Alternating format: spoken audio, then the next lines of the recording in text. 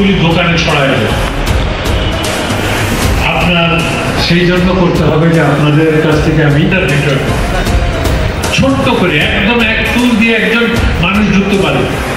আমি কিন্তু আপনার সাইজ কোনো উল্লেখ করা হয়নি, কিন্তু আপনার প্রত্যেকে এই বিক্রয় কেন্দ্র থাকতে হবে। আমি কিন্তু একটা